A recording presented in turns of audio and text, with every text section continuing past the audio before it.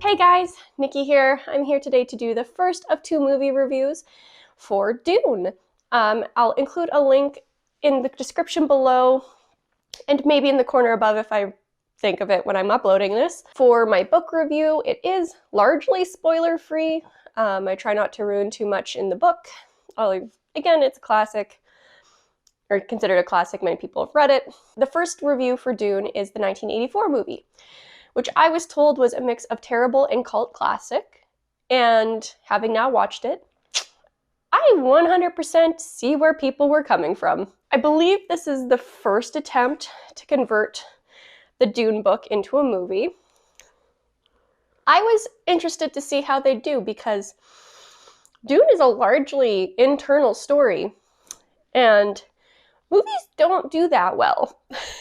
And that's all I really knew going into the movie. So I'm going to change up how I talk about movies. I'm going to kind of discuss a little bit about how the adaptation was done, a little bit of how it is a movie unto itself, and then just go into a quick wrap up. Hopefully it keeps me from just rambling on too much. Doubtful, but possible. In terms of an adaptation, this movie did have its ups and downs. I actually thought it started pretty strong, just getting everything set up on Arrakis. The cold open, even though it doesn't really happen in the book, I thought was really good for just giving you an idea of what's going on politically, what the world is like a little bit with the nobility. Like, it did a really good job of creating the setting that the book used. However, I found as the movie continued, it definitely deviated more. To the point where I thought the end was completely bonkers, because shit that went down in the book did not happen in the 1984 movie, and I was very confused. It, weirdly enough, focused on parts of the prophecy way more than the politics, and the politics was definitely a bigger part of the ending in the book. I guess this is what you try to get when you try to make almost like an action sci-fi movie out of a book that's really more almost like a space opera. It just, yeah, it just wasn't the best book-to-movie adaptation I've ever seen. And some of the stuff they left out was pretty integral. And then they tried to include stuff later on that needed stuff earlier that hadn't been explained. Like, there were a few times where I just had to tell my husband what was going on because I'd read the book and I knew what was going on, and they hadn't filled in all the blanks with the movie. So not awesome. Next, I'm just going to talk about it in and of itself as a movie. Now, a lot of people told me it was terrible, and I do kind of see where they're coming from. Some of the acting is atrocious. However, it just had this really distinct 80s sci-fi vibe. It felt in the end, I think the movie was very dated because of just the special effects and the way they told the story, and the outfits and hairstyles. Oh my god, the hair.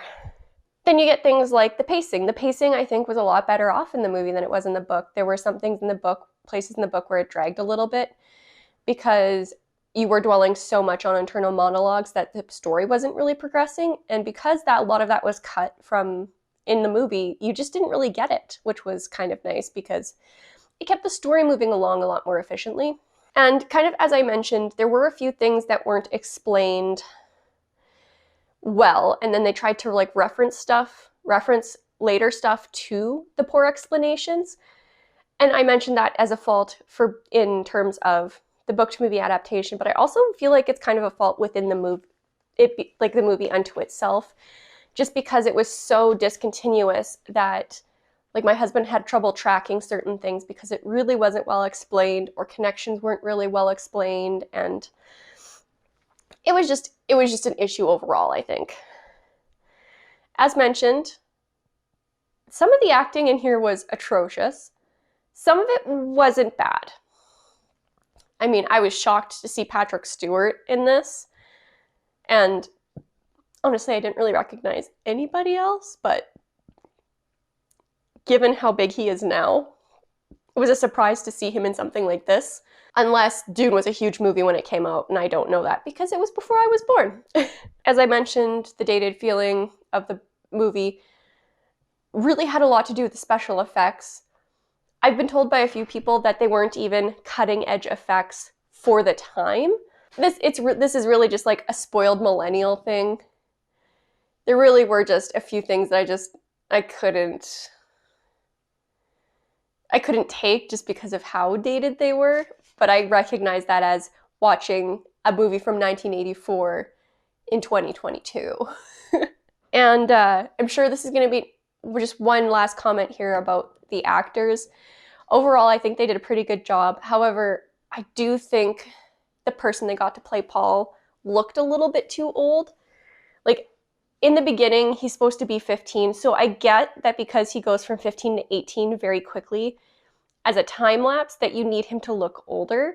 I still think he looked a little bit older than 18, but I wish they'd gotten somebody at the very least. I mean, I don't know. This actor may have been just 18 and looked a little bit older, but I really wish that they had somebody that was much closer to 18, so it would have been a lot easier to have them play a convincing 15-year-old. Like, he was just too well built, and it's talked about how, at least in the book, I always get the impression that he still comes off physically as very childlike in the first parts of the book because people are so caught off guard about how adult and manly he is. And in the movie, he's just adult and manly looking, so it's harder to kind of look at that character and see a 15-year-old than it is to read it. But I know that's a pretty minor thing, and they had to do what they could with the special effects they had and the time jump that they were required to have. And so now I'm just going to do a quick little wrap up.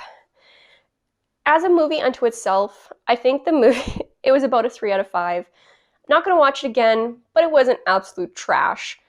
There were a lot of things that I really liked. And honestly, some of this star rating is because of how engaged I was, because of how funny the movie was.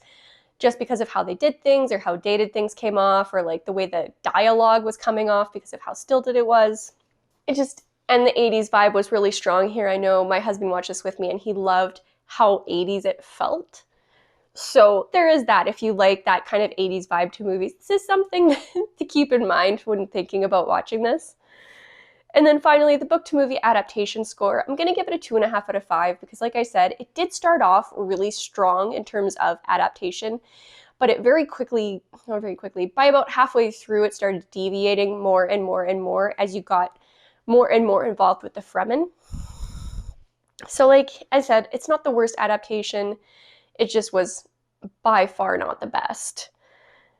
And honestly, one of the biggest things for me here was just the entire ending and like the bulk of Paul living with the Fremens. I had a lot of conniptions and comments, which if you ask my husband, I basically talked through that entire part of the movie because I was like, this isn't how it goes, blah, blah, blah, blah, blah. Great impression of myself. And that's all I really have to say to you guys here. Thanks for tuning in, and I'll see you guys in the next video after I've watched the 2021 movie. Peace.